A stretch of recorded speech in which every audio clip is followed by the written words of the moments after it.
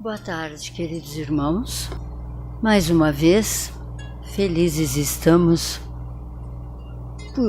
por podermos ter este encontro na nossa casa de oração, onde sabemos todos recebemos muito. E assim, pedimos a todos que juntos fechemos nossos olhos suavemente e comecemos então este desprendimento ideal, esquecendo as lides do dia a dia, para melhor recebermos a mensagem que hoje nos fará a nossa querida irmã Sirlene, com o tema Primeiros e Últimos. Como todos são conhecidos de nós, mas é importante que a cada dia comecemos a nossa mudança, lembrando sempre da grande mensagem que nos exemplificou o nosso grande Mestre Jesus. Mais uma vez, muito obrigada, Senhor, por este momento, por este encontro, por esta casa de oração. Que as bênçãos continuem a envolvendo a todos os que aqui estão. Que assim seja.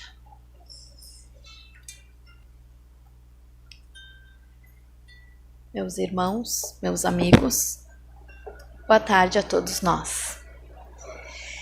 Que nosso Mestre nos abençoe neste momento, que possamos tirar o proveito máximo desses minutos e que saiamos um pouquinho melhor do que aqui chegamos, mas principalmente com o compromisso do bem, do amor e da paz.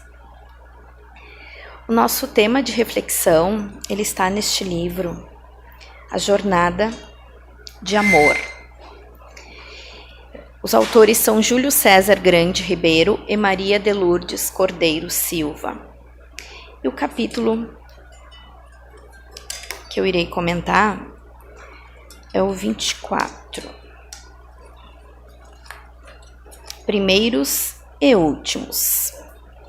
Inicialmente eu vou ler aqui a primeira parte para nós. Ante as palavras de Jesus, os primeiros serão os últimos e os últimos os primeiros. Já ouviram essa frase? Conscientizemo-nos de que nossas atividades na seara do amor cristão jamais serão avaliadas pela imensidade do volume, mas sim pela grandeza da realização. Quantos de nós, quantas inúmeras vezes já usamos esse ditado, né? Até numa brincadeira, enfim. E o trecho que eu trouxe, então, é de Mateus, capítulo 20. Eu vou ler do capítulo 11 ao 12, um trechinho dele, que ele nos diz o seguinte: Quando o receberam, começaram a se queixar do proprietário da vinha, dizendo-lhe: Estes homens, contratados por último, trabalharam apenas 1 hora, e o Senhor os igualou a nós, que suportamos o peso do trabalho e o calor do dia. Então, Jesus conta, através de uma parábola, das muitas, né, que ele ensinou, sobre um homem que contratou os trabalhadores para sua plantação.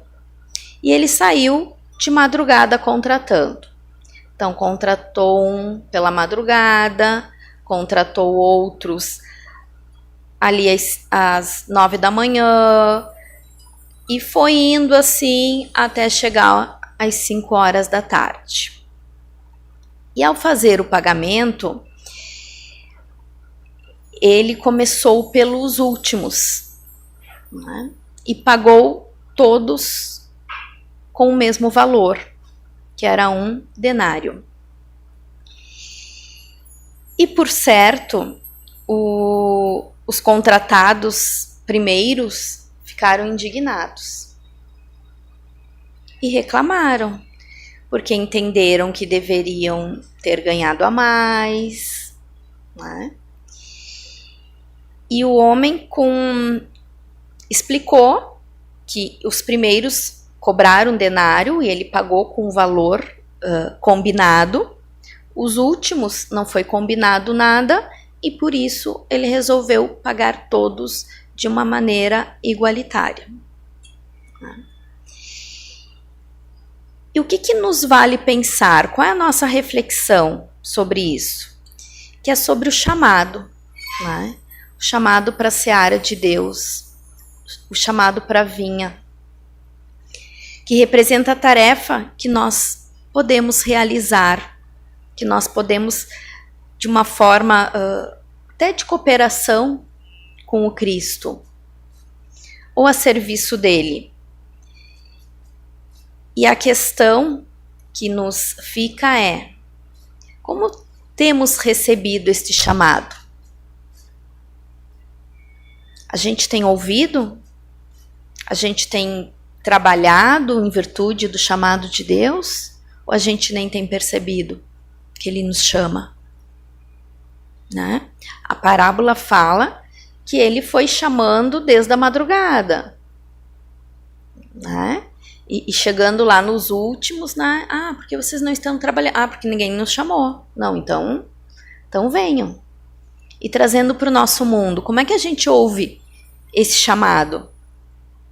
Às vezes, esperamos, será que de uma maneira formal? Esperamos receber um e-mail, um WhatsApp, talvez, no mundo moderno, Deus nos chamando. Como que a gente recebe esse chamado? E o primeiro aspecto importante da gente perceber nesta parábola é que o convite de Jesus é muito mais sutil. Nós temos que estar atentos a perceber quais são. Muitas vezes não percebemos. Nós que estamos aqui, creio que já temos uma pequena percepção, talvez, desse chamado. Às vezes, a gente até não ouve. Mas todos nós estamos aqui por algum motivo, com certeza. E um deles é porque queremos se aproximar de Deus. Ou por um motivo ou por outro, nós queremos estar próximos a Ele. Sabemos que longe de Jesus, com certeza não haverá paz. Principalmente a nossa paz interior. E nem plenitude em nossas vidas. Nós já se sentimos em paz? É bom, né? Sabemos que muito de nós, às vezes até por exaustão, temos percorrido tantos caminhos em busca ou longe dele, né? Por exaustão ou por desilusão, fomos descobrindo que Jesus é o caminho, a verdade e a vida. E que vida linda, né? Então, nós já, no anseio de aceitar, e talvez ainda não exista essa sensibilidade de ouvir Jesus. Às vezes, no desespero, a gente quer e tem dificuldade. E esse é um dos primeiros esforços do nosso estudo referente ao Evangelho. Criar a nossa alma acústica. Como é que eu faço para ouvir Jesus? Que é uma sensibilidade, é o ser tão sensível que eu sou capaz de ouvir Jesus. Nossas vidas, muitas vezes, essa acústica tem sido abafada no nosso corre-corre diário. E às vezes por outras vozes, que às vezes vêm internamente de nós mesmos, e às vezes vêm externa, às vezes até de outras pessoas, de outros falsos profetas, vozes de sereias, aquelas que nos enganam, parecem agradáveis, mas não são boas, que chamam para caminhos bem distintos ou distantes do caminho do Senhor. As ásperas sendas da impiedade. Isto está escrito no Evangelho segundo o Espiritismo. Estas vozes seguem a nos chamar, mas é preciso que nós consigamos aprender a filtrá-las. Porque no fundo, ecoando, tantas vozes, às vezes passamos séculos, encarnações tentando ouvir. Né? Mas é preciso a serenidade, acalmar a mente, porque a gente sabe que a voz ela é sublime, ela é tranquila, é a voz do bom pastor. Quem já não ouviu também? E ele nos disse, João capítulo 10, as minhas ovelhas ouvem a minha voz. Tem um videozinho que um tempo atrás eu recebi pelo WhatsApp, não sei se vocês já viram, que é várias pessoas chamando as ovelhas lá e as ovelhas nem deram bola. E de repente o pastor chama de longe e todas seguiram, né? Elas têm conexão com aquela voz. E há tantos ruídos, fica difícil no mundo atual a gente conseguir ouvir a voz de Deus. Às vezes ainda ecoam e gritam entre nós. Não perdoe, já ecoou essa voz dentro de vocês? Não releve, não aceite, revolte-se, seja revoltado, seja revoltada. Mas, por mais longe que seja, também ecoa uma voz dizendo, misericórdia que eu quero. Eu não quero o seu sacrifício.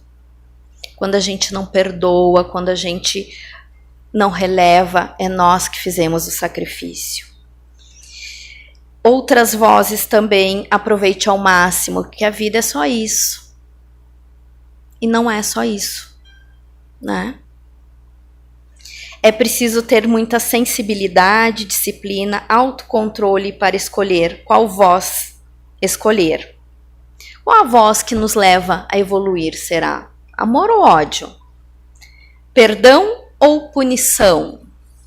Alegria ou mágoa? Qual é? E o texto ainda nos diz que Deus não nos solicita quantidade, aguarda-nos a qualidade na execução do trabalho redentor. Deus não nos pede o exagero, porém o melhor de nós mesmos em proveito do bem comum. Cabe-nos, por isso, realizar nossa tarefa com alegria, espontaneidade, lembrando de que as leiras do bem devemos trabalhar sem desânimo e sem inquietação. Perseverar, servir e confiar. Eis o lema a seguir. Quem persevera, realiza, quem confia, vence, e quem serve desinteressadamente ao bem comum, se aperfeiçoa dia a dia. Como tarefeiros da última hora, matriculados nas fileiras do espiritismo cristão, perseveremos no trabalho constante, alicerçados na fé raciocinada, servindo ao Senhor dos mundos fiéis a renovação de nós mesmos para termos renovada a terra de amanhã. Então, que possamos estreitar os nossos laços com Jesus e termos a devida intimidade com Ele que precisamos para ouvi-lo.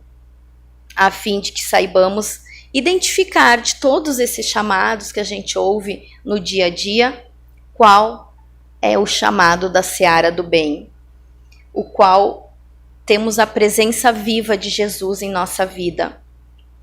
E no final do texto ele fala ainda: ide e agradecei a Deus a gloriosa tarefa que ele vos confiou. Mas atenção, entre os chamados para o espiritismo, muito se transviaram. Reparai, pois vosso caminho segui a verdade. Então que a gente não se desvie deste caminho, né? E permaneça no caminho do bem e no caminho do amor, ao encontro de Jesus. Vou pedir então para que a gente vá serenando a mente, fechando os olhos, pedir aos nossos colegas passistas para nossa prece final. Vocês sabem que a prece, ela faz coisas inimagináveis, né? Então, peço que neste momento, com a presença dos nossos guias espirituais, que você pense num assunto que você está querendo curar, porque você está aqui. E que está difícil fazer isso sozinho. Em conjunto, vamos nos ajudar. Aqui é um ambiente de cura, é um ambiente que buscamos a cura interior. E que, neste momento, eu vou pedir para que a barriga de uma mãe é a nossa primeira casa que a gente habita. Então não importa quem foi a sua mãe desta encarnação, no sentido de convivência, mas que a gente se conecte à mãe humana como esse ser que permitiu que a gente estivesse aqui, que nos deu a vida, que nos conectou com a vida. A vida vem de Deus e ela nos conectou com ela. A vida começa com Deus. Vamos pensar então que aqui nesta sala está um grupo de mulheres. Estamos rodeados por elas, por mães boas, por mães amorosas, por mães singelas que estão nos rodeando, estão formando um círculo. E vamos deixar nosso coração se conectar a elas. E vamos dizer para ela: mãe, deixamos as nossas aflições, os meus pesos aqui contigo. Que eu fique mais leve, mais amoroso.